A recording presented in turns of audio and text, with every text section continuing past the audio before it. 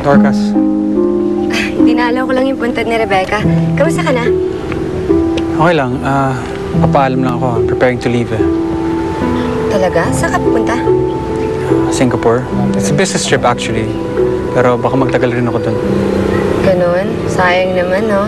Kakalungkot na aalis ka na. But I wish you well. Thank you. Thank you very much. Sino, Mami?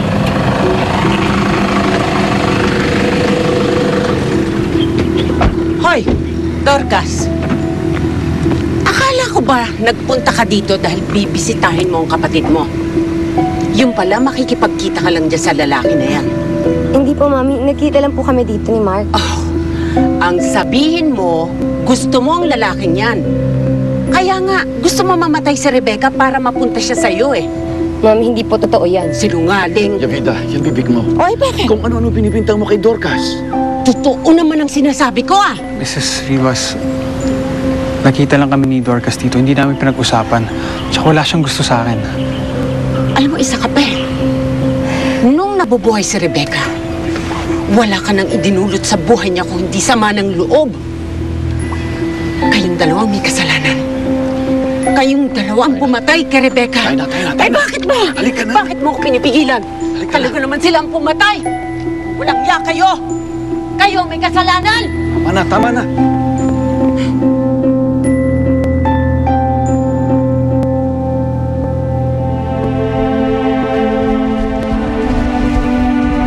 Meron akong lunch meeting today. Kung may kailangan ka, sabihin mo lang kay Manang Sita. Siya ang bahala sa'yo. Meron ko bang kailangan? Wala naman. Food. Anything. Meron ka ba gusto ipabili sa akin? Wala naman. Huwag ka na mag-abala, Donald. Salamat. Sige, basta kung may kailangan ka, sabihin mo kay Manang Sita. Pabalik ako agad, ha?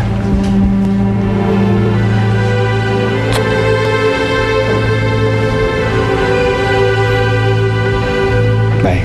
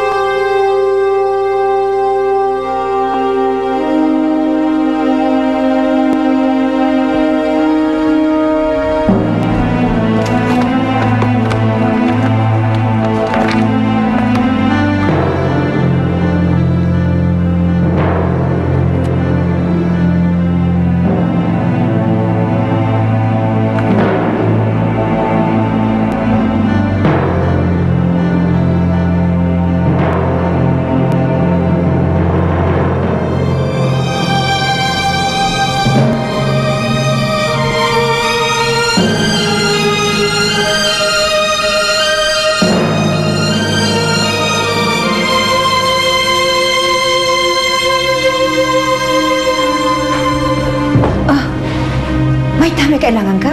Wala naman po. O, sige.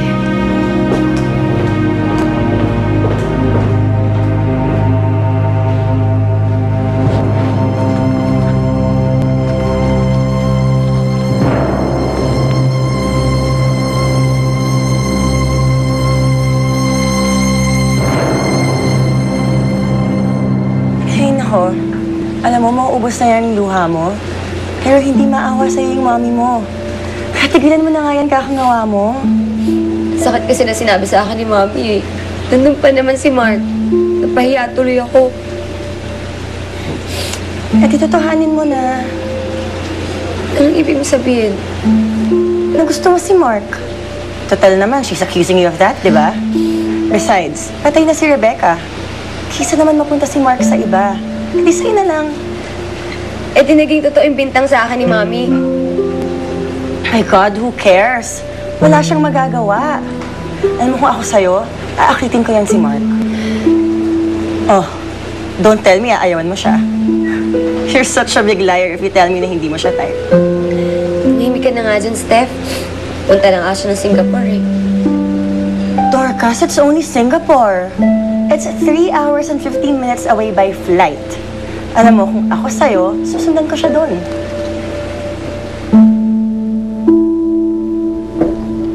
Hindi ko nga alam kung bakit mo pinatulan niyang liabidang yan. You know naman, she's a war freak. Walang sinasantong lugar o tao yan. Kung gusto niya magwala, magwawala talaga siya.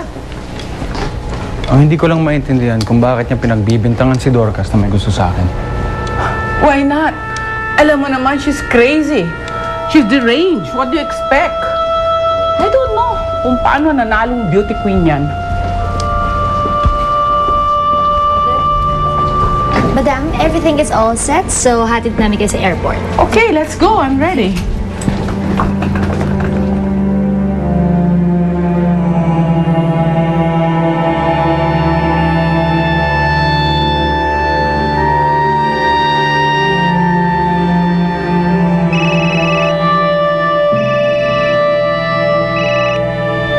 Hello?